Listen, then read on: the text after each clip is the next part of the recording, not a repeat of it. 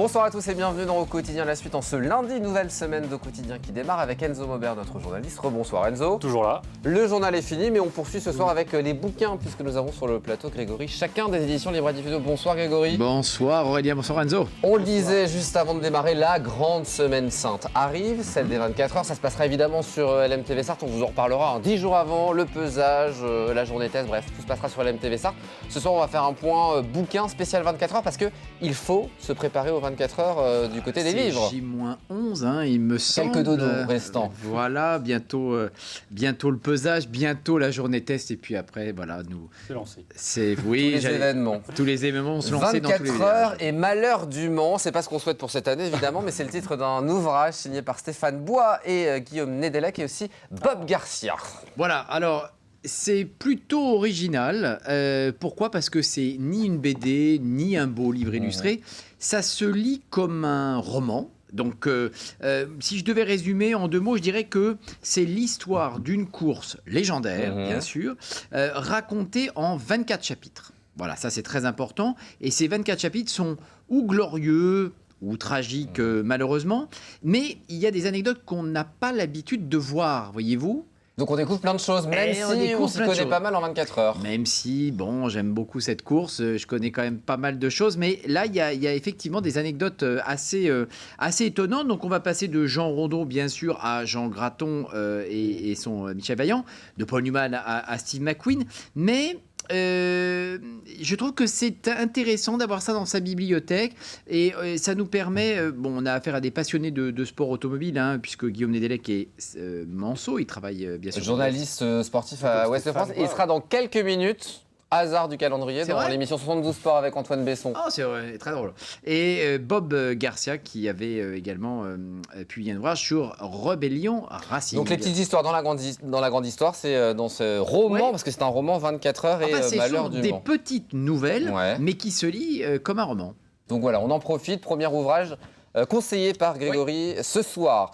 24 heures du Mans, 100 ans d'innovation, c'est chez Glénat. Alors ça aussi, Oui.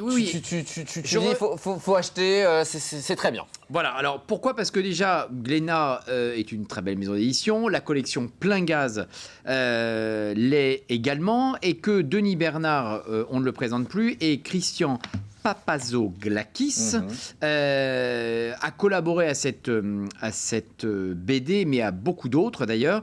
Ils ont publié ensemble Alpine, Sebring, Sénat, enfin bref, voilà, plein de choses. Alors, c'est une BD qui va nous faire revivre un siècle de légende automobile, mais par le prisme de l'innovation technologique. Il y a plein de choses qui se sont passées en 100 ans de 24 heures du Mans, plein de choses qui se sont créées au Mans. Voilà, alors là, évidemment, on a affaire non pas à des éléments, je pense en particulier aux phares, je pense en particulier aux essuie-glaces, voyez-vous, mais là, il s'agit plutôt d'éléments liés à l'auto en elle-même, voyez. Donc, si je vous dis... Des exemples. Ben voilà, des exemples. 1949, 1949. Alors, si, la 4 chevaux, l'innovation du moteur à l'arrière, non ? Bravo, il est très très fort. On a préparé l'émission ce matin, quand même. Il est très très fort. Faut savoir quand même que 1949, c'est vraiment une révolution. Ça faisait 9 ans que la course n'avait pas eu lieu. Et donc, c'est une révolution parce que c'est la première fois que le moteur sera à l'arrière. Et on va garder ça pour la suite. Et on va garder, bien évidemment, tout un tas de voitures de ce genre. 1949, il y a aussi autre chose, une autre. Oui, la 213 diesel. On va la voir à l'image. Alors, elle porte bien son nom puisque... c'est la première fois qu'on a un moteur diesel, c'est ça ? C'est la première fois qu'une voiture, voilà, on la voit à l'écran, elle était équipée d'un moteur diesel, mais il faudra attendre, donc rendez-vous compte, 1949, 2004, pour le retour du diesel. Pour avoir le retour du diesel avec une Lola, et 2 ans plus tard, la fameuse victoire mythique d'Audi qui est remportée sur une voiture diesel, la course automobile. Autre exemple, la Chaparral, c'est ça, de 1967 ? Oui, alors on va comprendre cette particularité à l'image. Alors, à votre avis, Enzo, qu'est-ce qu'elle pourrait avoir ? Oula, je suis très mauvais pour ce genre de questions. C'est le jeu des 7 erreurs. Eh bien, elle a un aileron. C'est la première voiture. Voilà, c'est la première voiture qui va posséder un aileron. Et puis, il y a 1998, alors il y aurait plein d'autres exemples, bien sûr, c'est la Panose Espérante. Alors la Panose, bon, du nom de son Une constructeur. jolie idée de cette innovation sur cette voiture. Et c'est tellement aujourd'hui Bah, c'est vrai. tellement tendance.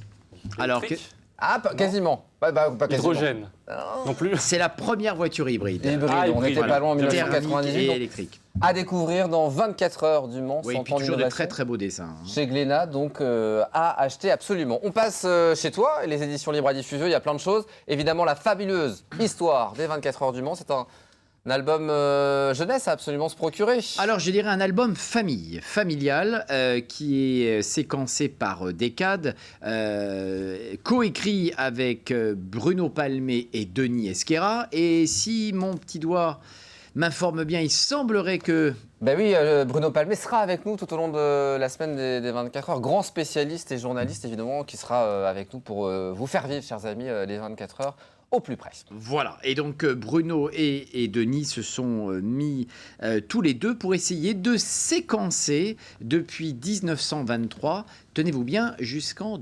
2050, puisqu'ils avaient une carte blanche pour On savoir imagine la suite. voilà comment les choses pouvaient évoluer, mais en 2 mots, c'est l'idée que l'on peut, en famille, essayer d'avoir des informations toutes véritables et vérifiées, bien sûr, par l'ACO, et qui vont permettre de découvrir, alors je dirais pas en s'amusant, mais qui vont permettre de découvrir, par cette idée de la transmission avec un grand-père et ses 2 petits-enfants, eh bien, l'évolution de la course et puis des victoires mythiques, des pilotes mythiques, comme on voit actuellement Jean Rondeau, la victoire de Mazda, etc. La fabuleuse histoire des 24 heures du Mans et mes premières 24 heures, là, c'est un album jeunesse. Cette fois-ci, c'est le voici. premier. Voilà, la première BD jeunesse liée aux 24 heures du Mans. Je dirais plutôt pour les 4, 9 ans, 5, 10 ans. C'est Elle pour a, nous. voilà, vous êtes de grands enfants.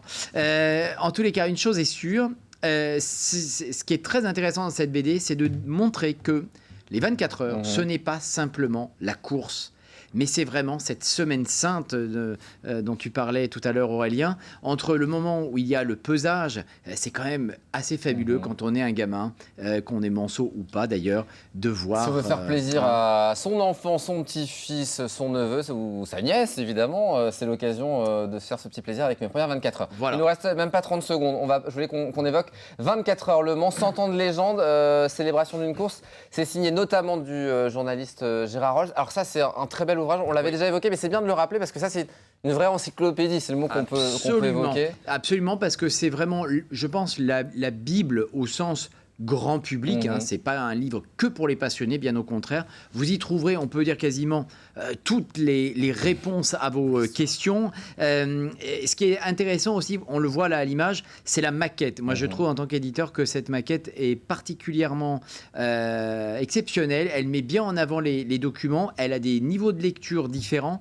Je recommande vivement. Si vous voulez vous faire plaisir ou faire plaisir, la fête des pères, c'est bientôt. Eh ben oui aussi. Hein, il ne faut pas les oublier. Denis Bernard, Basile Davoine, Julien et Gérard Rolls, c'est chez Grund, édition 24 heures Le Mans, 100 ans de légende. Un dernier mot pour évoquer l'auteur de Sylvain et Sylvette qui vient de disparaître. Qui nous a quittés, Jean-Louis Pêche, qui était bien sûr scénariste, illustrateur. Et tenez-vous bien, j'ai eu ces chiffres ce matin, il avait vendu plus de 20 millions d'exemplaires. Tout le monde a un Sylvain et Sylvette chez soi, donc c'est peut-être l'occasion de les relire et de lui rendre hommage comme cela. Absolument, c'était un chouette bonhomme que j'avais eu l'occasion de rencontrer. Merci beaucoup Grégory, très bon 24 heures. Alors on va essayer. Évidemment, à bientôt pour de nouvelles aventures. Dans un instant, 72 Sport avec Antoine Besson. Nous on se donne rendez-vous demain à 18h30 pour une nouvelle quotidienne. Toujours Aurélien. Et ben voilà, à demain, on sera au rendez-vous.